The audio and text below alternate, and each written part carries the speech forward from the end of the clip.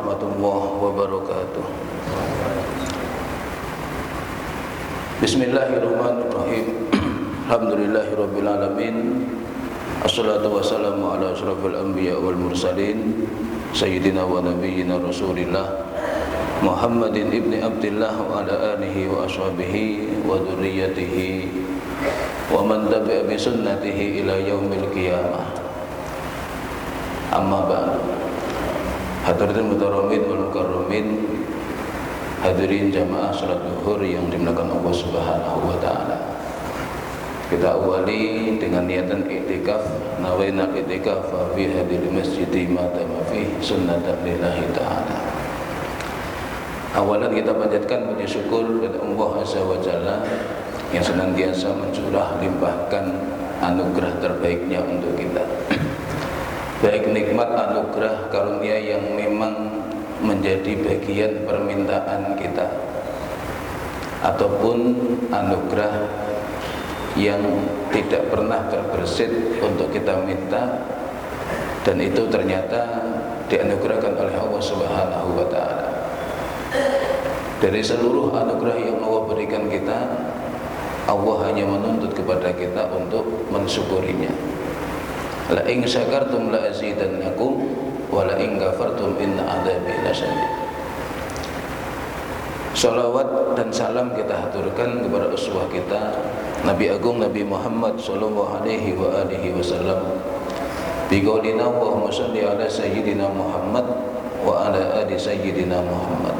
Semoga besok di yaumil qiyamah kita semua tergolong hamba-hamba Allah yang beruntung, yang beroleh syafaatul uzma. Amin Allahumma amin ya rabbal alamin. Hadirin sidang jamaah salat zuhur yang dimuliakan Allah Subhanahu wa taala,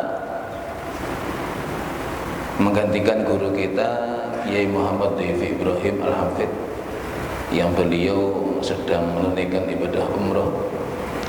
Kita doakan semoga perjalanan ibadah beliau diberikan makbul, mabrur oleh Allah Subhanahu wa taala. Allah jaga kesehatannya dan nanti pulang ke negeri tercinta Indonesia dalam keadaan sehat walafiat, bertemu dengan keluarga dan bisa mengajar kepada kita semua. Menukil satu makalah dalam kitab Nasaihul Ibad yang disusun oleh Imam An-Nawawi, mensarah daripada kitab yang disusun oleh Ibnu Hajar Al-Asqalani, menceritakan tentang haliyah Nabi Ibrahim alaihi salam. Nabi Ibrahim selaku manusia pilihan di sisi Allah Subhanahu wa taala. Allah memberikan julukan kepada beliau Abul Anbiya, bapaknya para nabi. Jadi Bani Israel ini adalah keturunan Nabi Ibrahim dari Ishak. Kemudian Bani Hashim, Sayyidina Muhammad, ini dzurriyyah keturunan Nabi Ibrahim dari silsilah Nabi Ismail. Kemudian gelar yang berikutnya untuk Nabi Ibrahim alaihi salam adalah Khalilullah, kekasih Allah Subhanahu wa taala. Orang yang mendapatkan perhatian khusus dari Allah Subhanahu wa taala, memiliki kedudukan yang lebih utama dibandingkan dengan nabi-nabi yang lain, tentunya selain Nabi Muhammad sallallahu alaihi wasallam. Jadi kalau kita mendengar jalan julukan keutamaan nabi yang begitu hebat, begitu dahsyat, maka keyakinan kita kehebatan itu tidak bisa menandingi kehebatan Nabi Muhammad sallallahu alaihi wasallam. Sama halnya Allah Subhanahu wa taala memberikan anugerah kepada Nabi Sulaiman, Nabi Dawud, itu bisa berbicara dengan binatang-binatang. Tapi dalam banyak kisah kita tidak begitu masyhur mendengar kisah Rasulullah bercakap-cakap dengan binatang. Apakah Rasulullah tidak lebih mulia dibandingkan dengan Nabi Sulaiman dan Nabi Dawud? Ya, maka tentunya akidah kita meyakini Rasulullah lebih mulia. Jangankan binatang, batu-batuan yang berzikir kepada Allah itu Rasulullah mendengar. gerutan pena di Lauhil Mahfuz itu Rasulullah juga mendengar. Sama seperti kisah Nabi Yusuf alaihi salam. Ini orang yang paling tampan yang Allah ciptakan. Ibarat rembulan ini adalah simbol ketampanan, maka Nabi Yusuf itu separuh daripada bulan purnama, separuhnya untuk seluruh umat manusia. Nabi Muhammad di mana? Kan itu ya. Maka Nabi Muhammad adalah bulan purnama itu sendiri.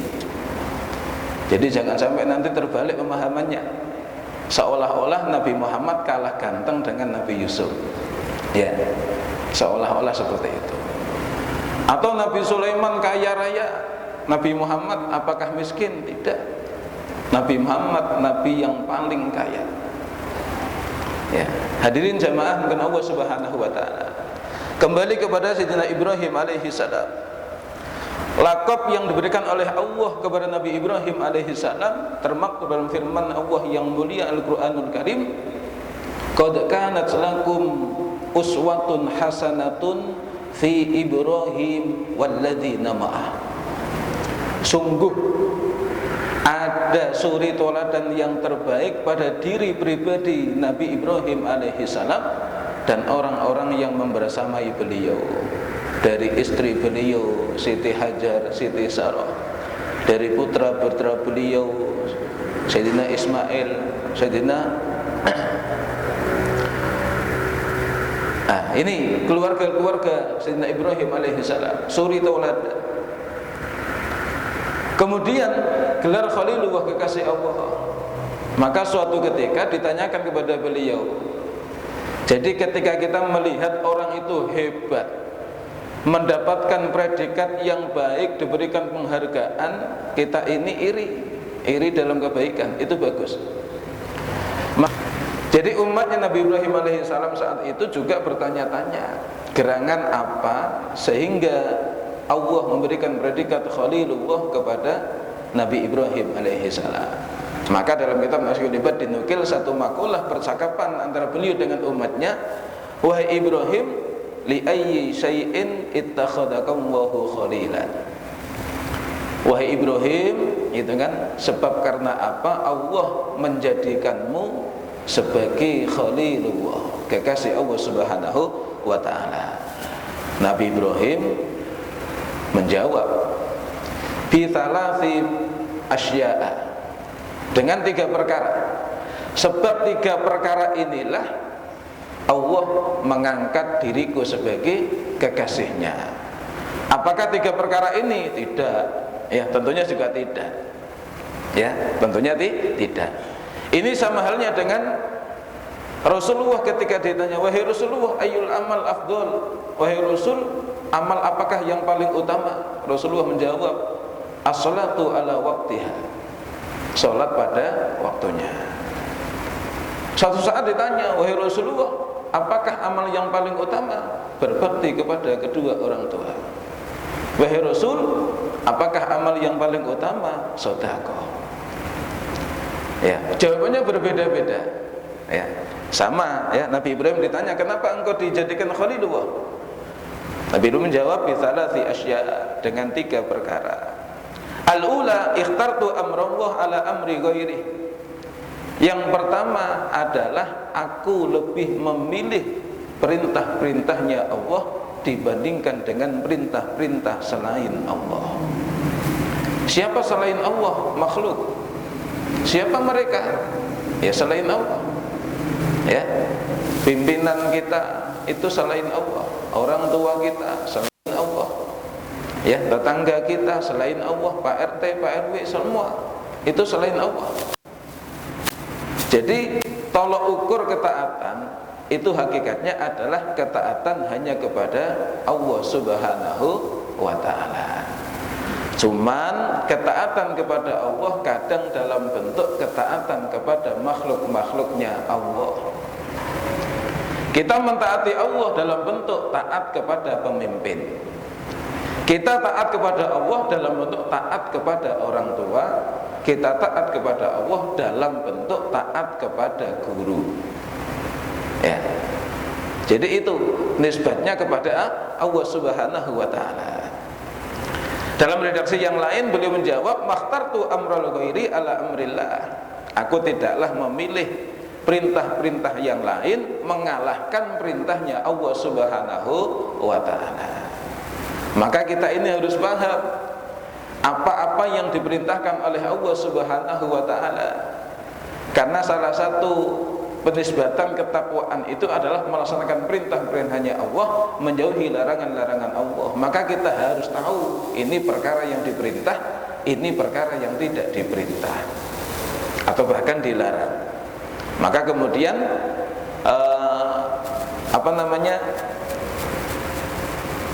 prioritasnya itu seperti apa kita mengambil. Maka perintah-perintahnya Allah Subhanahu wa ta'ala, bahasa mudahnya adalah lebih mengutamakan panggilan Allah dibandingkan dengan panggilan yang lain. Tapi sekali lagi, kadang-kadang perintahnya Allah, tuntutan taat kepada Allah disandarkan kepada hamba-hambanya Allah. Maka ada satu kisah menarik. Ada seorang anak yang soleh, dia tinggal bersama ibunda tercinta. Ini pada zaman Nabi, ya, pada zaman Nabi Sallallahu Alaihi Wasallam. Orang anak ini ahli ibadah, begitu sayang kepada orang tua, begitu takut kepada orang tua. Suatu ketika dia sholat sunnah. Ketika dia sholat sunnah, di tengah-tengah sholat ibundanya memanggil. Anak ini tahu panggilan orang tua ini harus dijawab, harus dipenuhi. Tapi dia juga tahu, ya. Dan ini diadukan kepada Nabi Sallallahu Alaihi Wasallam. Apa komentar Nabi? Bahasa kita, anak itu telah melakukan kesalahan. Dia lebih memilih Allah dibandingkan ibunya. Sementara menjawab panggilan ibu wajib, sholat yang dia lakukan sholat sunnah. Nah, ini harus imbang, ya, harus imbang. Itu yang pertama. Yang kedua, sebab Nabi Ibrahim dinobatkan sebagai Khalilullah, kekasih Allah. Yang kedua, wa mahtamamtu bima takaffalallahu li. Aku tidak pernah, ya, merasa sedih sedikit pun. Tidak pernah sedikit pun merasa sedih bima takaffalallahu li, terhadap apapun yang sudah Allah tanggung untukku. Apa? Ma tahammalallahu li minar rizki, yaitu apa yang sudah Allah tanggung untukku berupa rizki. Jadi rizki kita ini sudah ditanggung oleh Allah Subhanahu wa ta'ala, sudah dijamin. Allah yang menjamin, ya, Allah yang menjamin. Wa ma min dabbatin illa 'ala Allahi rizquha. Tidaklah seluruh binatang yang melata di muka bumi ini kecuali rizkinya ditanggung oleh Allah Subhanahu wa ta'ala. Itu binatang. Binatang yang tidak punya akal, tidak punya pemikiran. Dia hanya hidup sesuai dengan nalurinya. Nalurinya ingin makan, dia makan. Nalurinya dia ingin duduk, dia duduk. Sesuai dengan naluri. Tidak punya akal, ya. Itu pun ditanggung rezekinya oleh Allah Subhanahu wa ta'ala. Bagaimana dengan kita? Cuman kita ini masih banyak yang meragukan itu. Diakui ataupun tidak, kadang-kadang masih tersemat di dalam hati pikiran kita, besok saya ini bagaimana? 5 tahun ke depan kita ini akan seperti apa? 10 tahun ke depan anak-anak kita gimana? Itu masih menggelayut pikiran itu. Apakah enggak boleh? Wong boleh. Wong kita diberikan pikiran untuk berpikir, ya, untuk menganalisa. Cuman jangan sampai hal itu kemudian melupakan kita dari ketentuan Allah Subhanahu wa ta'ala. Allah yang menjamin, Allah yang menanggung semuanya, ya. Meskipun kadang-kadang tanggungan Allah, jaminan Allah juga melalui makhluk-makhluknya. Inilah yang kita pikirkan, ya, melalui makhluk-makhluknya. Sama anak-anak kita itu, mohon maaf bahasa kasarnya, seandainya kita biarkan, itu tetap hidup dengan izinnya Allah, tetap makan dengan rezeki dari Allah. Cuman kan nggak mungkin kita biarkan. Wong itu kewajiban kita sebagai orang tua. Itu amanah Allah titipan untuk kita jaga, kita rawat. Maka kita menjalankan amanah kita. Jadi kita mensuplai makanan, minuman, biaya pendidikan, pengobatan ketika sakit untuk anak-anak kita, itu bukan kita memberi rezeki kepada mereka, kita sedang menjalankan amanah tanggung jawab kita atas amanah berupa anak itu dari Allah Subhanahu wa ta'ala. Hakikatnya Allah yang memberikan rezekinya. Ya. Rezeki ini ditanggung oleh Allah Subhanahu wa ta'ala. Jadi jangan pernah khawatir. Bagaimana supaya kita membangun keyakinan, mendekatkan supaya lebih mudah yakin dengan rezeki itu? Banyak-banyaklah kita berusaha mendekat kepada Allah Subhanahu wa ta'ala. Salah satu bentuknya zikir. Ala bi dzikrillahi tatmainnul qulub. Ya, zikir itu bisa menyebabkan hati kita menjadi tenang. Kenapa kok kita gundah dengan urusan kita 5 tahun ke depan? Karena hatinya tidak tenang. Ya, zikir. Zikir itu menjadi wasilah ketenangan hati. Sukunul qalbi indallah. Kita hatinya tenang karena senantiasa merasa dekat dengan Allah Subhanahu wa ta'ala. Hadirin jamaah bukan Allah Subhanahu wa ta'ala. Yang kedua, kemudian yang ketiga, sebab Allah Subhanahu wa ta'ala menobatkan Sayyidina Ibrahim alaihi salam sebagai Khalilullah, wa ma ta'asyaitu ay ma akaltu waqtal masa, tidaklah aku makan di sore hari atau malam. Ya. Wa ma taghadaitu, dan tidaklah aku makan ay ma akaltu waqtal ghadati, artinya makan di waktu pagi. Jadi Nabi Ibrahim itu tidak makan sore atau sarapan pagi. Ya sama kayak kita, Pak. Kita kalau pagi sarapan, kalau sore makan atau malam. Ya. Kita ini ada yang makan 2 kali sehari, ada yang 3 kali sehari. Kalau 2 kali sehari itu biasanya makan pagi, sarapan, makan sore. Yang 3 kali itu makan pagi, makan siang, makan malam. Ya.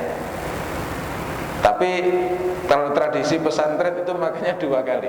Ya, tradisi pesantren makannya dua kali. Para kiai itu makannya 2 kali, rata-rata. Yang 3 kali juga banyak, gitu. Artinya enggak ada masalah. Wong makan itu perkara yang mubah. Makan itu perkara yang mubah. Dia menjadi ibadah kalau ketika mau makan baca doa. Allahumma barik lana fi ma razaqtana wa qina adzabannar. Itu maka menjadi ibadah. Dengan niatan saya makan, semoga Allah berikan kekuatan. Dengan kekuatan saya bisa beribadah, maka makannya menjadi wasilah ibadah. Tapi kalau makan hanya untuk perut kenyang, ini enggak jadi ibadah, hanya perkara yang mubah, bahkan menjadi perkara yang haram ketika yang dimakan itu makanan minuman yang haram atau mendatangkan madarat bagi kesehatannya. Jadi beliau tidaklah makan pagi atau makan malam illa ma'ad dhaifi, kecuali bersama dengan tamu. Ya, tamu. Tamu ini orang luar, bukan anggota keluarga, tidak tinggal satu atap dengan kita, boleh jadi orang yang tidak kita kenal. Itu namanya tamu. Ya. Jadi Nabi Ibrahim itu tidak makan, waktunya makan, makanan sudah disiapkan, sudah ready, kok enggak ada tamu yang datang, mundur makannya. Ya. Bahkan suatu ketika beliau diriwayatkan annahu alaihi salam kana yamsi mailan au mailani li talibi man yaqulu ma'ahu alaihi salam. Ya, bahkan diuratkan beliau itu waktunya makan, kalau enggak ada tamu, itu beliau menunda makan, keluar rumah, meninggalkan rumah, berjalan 1 mil 2 mil untuk ngajak orang, diajak pulang, diajak makan. Ini bentuk kedermawanan. Ya. Maka dalam kisah Nabi Ibrahim itu kalau sudah sedekah, itu yang disembelih itu bukan satu hewan kambing, ya, bisa puluhan bahkan ratusan kambing hanya untuk sedekah. Unta juga beliau potong, sapi juga beliau potong. Jadi kaya, beliau ini kaya orangnya. Ya, ini sedekah. Ya, ini. Terus bagaimana? Nah, maka menjadi bahan pertimbangan. Maka layak orang-orang seperti ini menjadi kekasihnya Allah Subhanahu wa ta'ala. Orang yang memiliki hubungan khusus, kedekatan khusus dengan Allah Subhanahu wa ta'ala. Salah satunya adalah kedermawanan. Maka as-sakhiyyu qaribun minallah, qaribun minal jannah, ba'idun minan nar. Ya. Orang yang dermawan itu dekat dengan Allah, qaribun minan nas, dekat dengan para manusia, dicintai manusia. Qaribun minal jannah, dekat dengan surga, ba'idun minan nar, jauh dari neraka. Jadi kalau ingin jauh dari neraka, banyak-banyak sedekah. Ya, baik sedekah wajib berupa zakat atau sedekah sunnah. Ya, sedekah, infak, hibah, hadiah, meraktir makan orang dan yang sebagainya. Itu menjadi hal yang kita lakukan. Ya. Sebaliknya, orang yang medit, orang yang kikir, bakhil, itu jauh dari Allah, jauh dari manusia, jauh dari surga, tetapi dekat dengan neraka. Kalau ditanya ingin dekat surga atau dekat neraka, pasti pilihannya ingin dekat surga. Apa? Sedekah. Lah sedekah ini ada dua. Yang pertama zakat, yang memang zakat itu kewajiban atas harta kita. Jadi Allah berikan harta kita dalam bentuk harta tertentu, jumlahnya sudah mencapai jumlah tertentu, namanya nisab. Kemudian milik kita milik penuh, tidak ada syirkah dengan yang lain. Kemudian sudah haul 1 tahun, ya, maka ini wajib dibayarkan zakatnya. Kadarnya berapa? 2,5%, 5%, 10%, 20%, tergantung jenis hartanya. Kalau yang lekat dengan kita, hasil pekerjaan kita. Kita bekerja sebagai manajer suatu perusahaan. Kita bekerja sebagai seorang paramedis, tenaga medis, sebagai seorang pengacara, advokat hukum. Ini ketika berpenghasilan dan mencapai nisab, maka wajib dibayarkan zakatnya. Berapa? 2,5%. Ya, itu wajib. Beda dengan sedekah infak sunnah. Ya, sedekah infak itu hukumnya sunnah. Ada apa di balik zakat? Rasulullah menjelaskan, harta yang hakiki itu adalah harta yang engkau infakkan atau tunaikan zakatnya. Jadi kita punya harta banyak, itu hakikatnya harta itu bukan milik kita kecuali yang kita sedekahkan. Ya, yang kita sedekahkan. Kenapa? Harta kita belanjakan untuk makan minum, buat makanan, dimakan, diminum. Jangan-jangan kadang-kadang malah menjadi penyakit. Ya, kadang-kadang, enggak semuanya, kadang-kadang. Ya. Kita belikan baju, makanan, baju kendaraan, itu akan usang, akan rusak pada waktunya. Kita belikan rumah juga sama. Ya. Kita malah sibuk menjaganya. Tetapi kalau harta kita sedekahkan, harta itu yang justru menjaga kita dan itu hakiki. Maka doa seorang amil kepada orang yang bayar zakat itu satu, doanya luar biasa. Apa doanya? Ajarakallahu fima a'taita wa baraka fima abqaita wa ja'alahu laka tahura. Semoga Allah memberikan ganjaran dari apa yang sudah engkau tunaikan. Jadi kita punya harta, bayar zakat melalui amil. Kalau di sini ya DSN amanah. Ya. Punya gambaran besok bagaimana, yakin aja hidup itu enak. Yang ketiga, ya tadi, sedekah, membantu orang.